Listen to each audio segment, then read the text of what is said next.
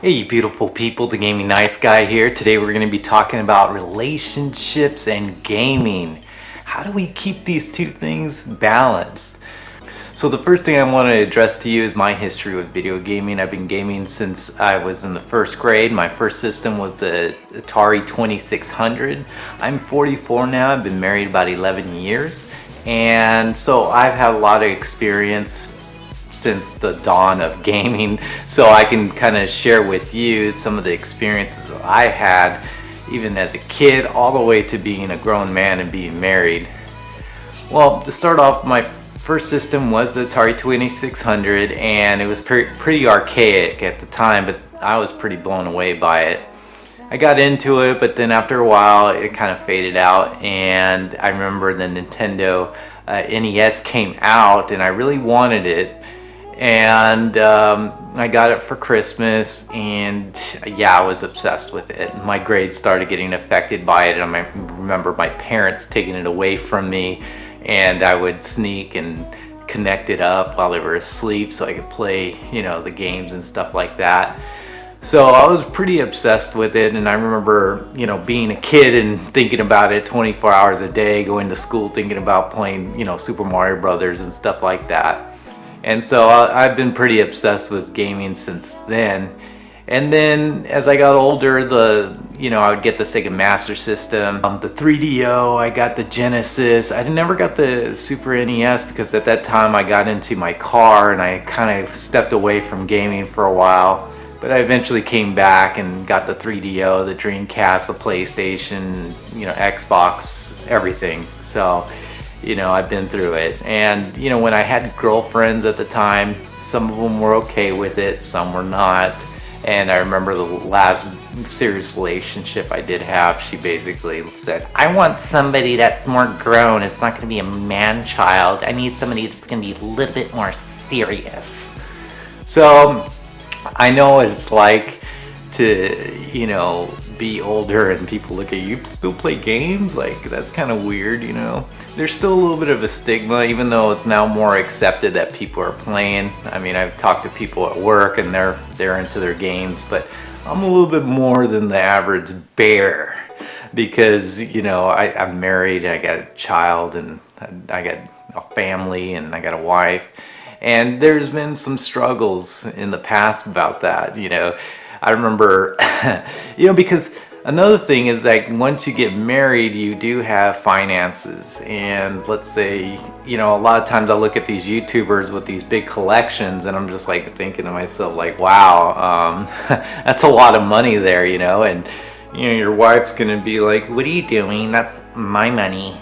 Don't be buying all those games, so it can be tough, right? So I don't know what it's like to be in a relationship where your wife or your girlfriend is a gamer also. I never had that dynamic. It's always been the opposite. I never had an interest in any games. I know my wife has tried and she's just like gives up. She does not have the patience to learn any of the mechanics of the game. So she's pretty much, no, she's never going to be a gamer or anything like that. So I don't know what it's like to be in that situation. I've actually spoke to men on the opposite end of things. I've spoke to a friend of mine that actually he's not into games at all, but his girlfriend was, and she was obsessed with online gaming, and he felt neglected. Well, with anything in life, any kind of hobby, your significant other could feel neglected because you're not paying attention to them. That's drawing time away from them. And especially when you're a kid, you're going to school and your parents are like saying you're spending too much time, you need to take a break. So it's hard to find a happy medium. And then you have those people that are just basically obsessed with gaming.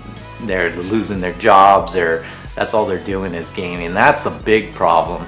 And I can understand how those people feel because sometimes when a new game comes out and you want to get good at it, it requires a lot of time and investment.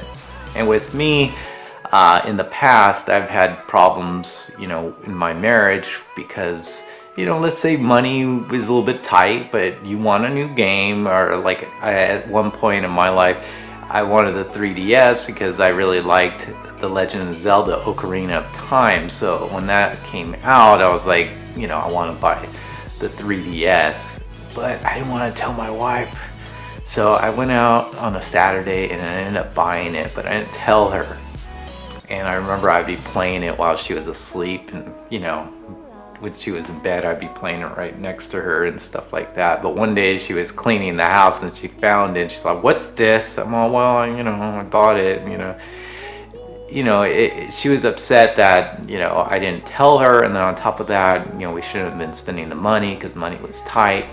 So it can cause a problem. So you can say I spent the night in my car that night. So what has happened to me, and what kind of solutions do I have for you?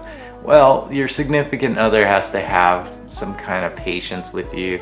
I know that sounds selfish, but you know, I'm making YouTube videos now, I'm streaming now, so all that's like taking up time. So I need her to understand, like, you know, I don't have too much time, but I'll dedicate Friday nights to her. I'll maybe only game for like 2 hours streaming. If she wants to talk, I'll be there for her. I'm still working it out, but she's been very understanding, so I'm very thankful for her in that aspect, that she kind of believes in me and wants me to do this. So this is one of the reasons why I'm making this video, because last night she was basically saying, gotta make a video. So here I am. So if you have somebody that's supportive and that's understanding, that kind of believes in you, and wants you to enjoy your time, then it should be no problem. If they don't, then it can be an issue. And in the past, like I said, I've run into a lot of issues with gaming and stuff like that, especially when games went online. That obsession became even bigger, because now it's opened up this whole nother world of this community, and that could become an obsession too. I mean, there's been times when I was on Xbox Live, I had to get away from the online game community, because it just became kind of a drama. So we just got to navigate these waters. I just kind of want to share some of the things that I came across, and just growing up and being into games and stuff like that. And I hope you enjoyed the video. Make sure you like and subscribe, and I will see you next time on the Gaming Nice Guy Show. Take care.